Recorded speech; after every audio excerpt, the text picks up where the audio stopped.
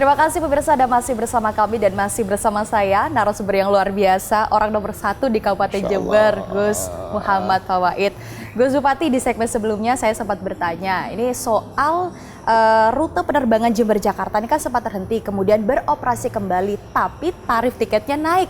Alasannya kenapa, Gus? Ya, sebuah kebijakan itu pasti ketika baru dilaksanakan, pasti kita perlu melakukan beberapa perbaikan, evaluasi, dan lain sebagainya. Nah, termasuk bagaimana kita kemarin telah berhasil menyambungkan Jember dengan ibu kota Jakarta sebagai pusat pertumbuhan ekonomi. Kemarin sempat terhenti, kita melakukan evaluasi sedikit terkait masalah proses penerbangan dan lain sebagainya. Maka saya pikir hari ini ada yang menyampaikan bagaimana kok harga tiketnya naik. Memang sistem kita kerjasama dengan maskapai, ini hari ini kita coba block seat. Nah, otomatis ada konsekuensi harganya agak naik sedikit. Nah, mulai Januari kita sistemnya adalah subsidi. Sehingga saya pikir nanti ketika Januari, nanti harganya pasti akan turun kembali seperti semula. Ini bagian kita mencari bentuk yang baik saja. Bagaimana, apakah memang nanti sistem block seat lebih bagus, apakah sistem subsidi lebih bagus. Tetapi pada prinsipnya, kita yang paling penting adalah bagaimana mempertahankan penerbangan ini dari Jember ke Jakarta, Jakarta-Jember bisa terus bertahan sambil kita mencari bentuk yang baik. Termasuk nanti penerbangan ke Bali tentu pasti kita ada evaluasi-evaluasi. Dan hal itu saya pikir hal yang biasa ya. Dan kalau kita mau melihat lebih dalam lagi, ini adalah keberhasilan masyarakat Jember meyakinkan semua pihak bahwa Jember adalah pusat pertumbuhan ekonomi di ujung timur Pulau Jawa. Pusat pertumbuhan ekonomi di daerah Tapal Kuda yang sempat dalam tanda kutip kita tertidur, hari ini kita bangunkan kembali. Akhirnya ketika Jember mulai bangun, semua maskapai, mulai dari Flyjaya, mulai dari Lion Group, bahkan ini akan ada satu maskapai lagi yang mulai melirik. Mulai melirik Kabupaten Jember, dan mungkin kita akan berbincang-bincang dulu dengan mereka, tapi saya nggak bisa di-spill ya, Gus. Ya, kita nggak usah spill dulu. Yang jelas bahwa Jember hari ini sudah mulai dilirik oleh banyak pihak, termasuk oleh maskapai. Artinya apa? Potensi Jember besar, dan kita tinggal hari ini mengembalikan potensi itu menjadi kepercayaan bagi para investor, termasuk para maskapai. Oke, Gus, artinya memang ini untuk block sheet ya? Ya, block sementara sheet ini block sheet. Yang 2 juta sekian ya, Gus ya? Untuk harga segitu. Nah, menurut Gus Bupati sendiri, dengan harga segitu ya, 2 juta sekian, apakah ini sudah ideal untuk pendapatan masyarakat Jember, Gus? Ya, jadi kita awal kali kan sebetulnya kita melihat segmennya dulu. Jadi awal kali segmen kita adalah para investor, para pengusaha. Banyak para investor, para pengusaha yang menyampaikan kepada kami, termasuk pengusaha Jember. Bagi mereka tidak ada masalah, karena hari ini Jember Jakarta kalau kita pakai jalur normal itu kisar 7 sampai 9 jam. Tapi ketika ada Flyjaya yang terbang dari Jember ke Jakarta, Jakarta Jember, hanya butuh waktu 2 jam sekian. Nah, ke depan kita akan coba kerjasama dalam bentuk subsidi tiket, dan insya Allah subsidi tiket itu akan kita mulai Januari, nanti kisaran harganya mungkin di kisaran 1,5 sampai 1,7. Oke.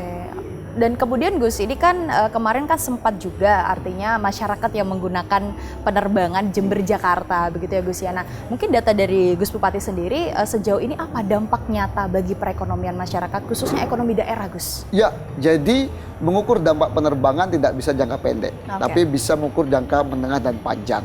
Hari ini ketika kami datang ke kementerian, kami datang menemui beberapa pengusaha di Jakarta, ketika kami sudah sampaikan bahwa Jember sudah ada penerbangan, mereka sudah mulai tertarik dan mereka sudah mulai bahagia. Bahkan ini ada beberapa investor yang nanti saya spill kalau sudah waktunya. Ini sudah mulai kami jajaki bagaimana kiranya para investor bisa datang ke Jember. Nah, efek dari penerbangan ini termasuk hari ini juga akan ada penerbangan ke Bali.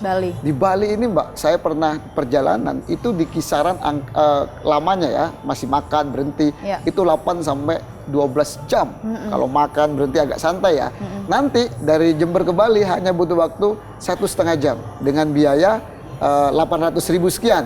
Dan itu banyak sekali yang WA ke saya, antusias warga. Luar biasa para pengusaha dan para warga yang berterima kasih akan ada penerbangan ini. Doakan mudah-mudahan berhasil, mudah-mudahan sesuai harapan banyak pihak dan bisa memajukan Kabupaten Jember.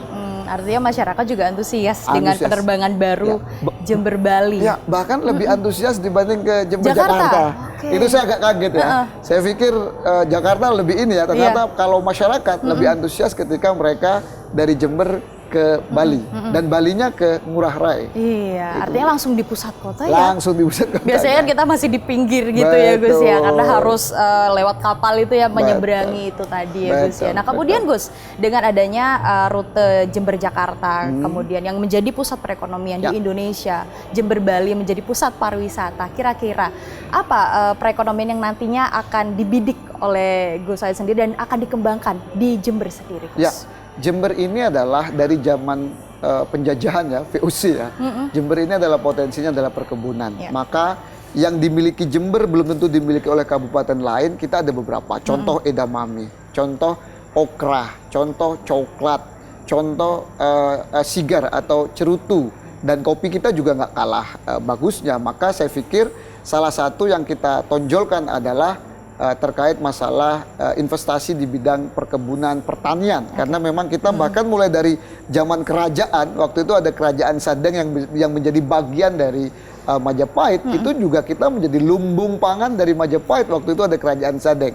Dilanjutkan VOC, kita juga zaman penjajahan juga waktu itu kita juga lumbung pangan. Nah maka saya pikir ke depan investasi di sektor perkebunan, pertanian dan pangan ini menjadi salah satu daya tarik bagi para investor untuk datang ke Kabupaten Jember. Apalagi ada pariwisatanya juga. Kita nggak kalah loh Mbak. Di utara kita punya pegunungan, garis pegunungan yang lumayan panjang. Jadi untuk pendakian bagus.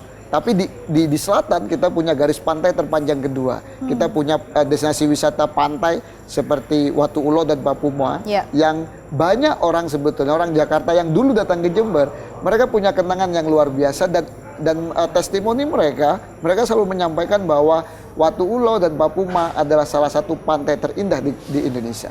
Sampai bisa seperti itu ya Gus ya? Betul, tinggal bagaimana hari ini mereka bisa kita bawa lagi ke Jember dengan akses yang mudah untuk datang dan bandara salah satu jawabannya. Dan ini artinya memang dengan adanya konektivitas ini akan berdampak tidak hanya pada sektor tadi perkebunan dan pertanian, tapi juga di dalamnya pariwisata, industri kreatif termasuk di dalamnya. Kemudian Gus, ini kan kita tahu bahwasanya kemiskinan di Jember ini masih cukup tinggi. Nah, kemudian apa sebenarnya dampak paling nyata dengan adanya konektivitas dari Jember menuju Jakarta, kemudian Jember menuju Bali juga? Bali. Ya, secara teori bahwa pengentasan kemiskinan sangat identik dengan pengangguran. Maka harus dibuka lapangan pekerjaan yang banyak di Jember. Kalau itu hanya mengandalkan APBD, tidak mungkin. Atau bahkan kita hanya mengandalkan APBN juga tidak cukup. Itu aja tidak cukup. Tidak ya, cukup, Gus? Pak. Maka kita perlu menggandeng para investor. Investor datang ke Jember, itu mereka butuh konektivitas. Nah, dan hari ini dengan adanya bandara, harapan kita mereka tertarik kembali ke Jember, menanamkan modal di Jember, lapangan pekerjaan bisa terbuka, pengangguran bisa terserap, bisa kecil lagi pengangguran, kemudian pendapatan bisa naik, kemiskinan bisa turun. Itu yang pertama. Yang kedua, secara teori, pariwisata juga begitu.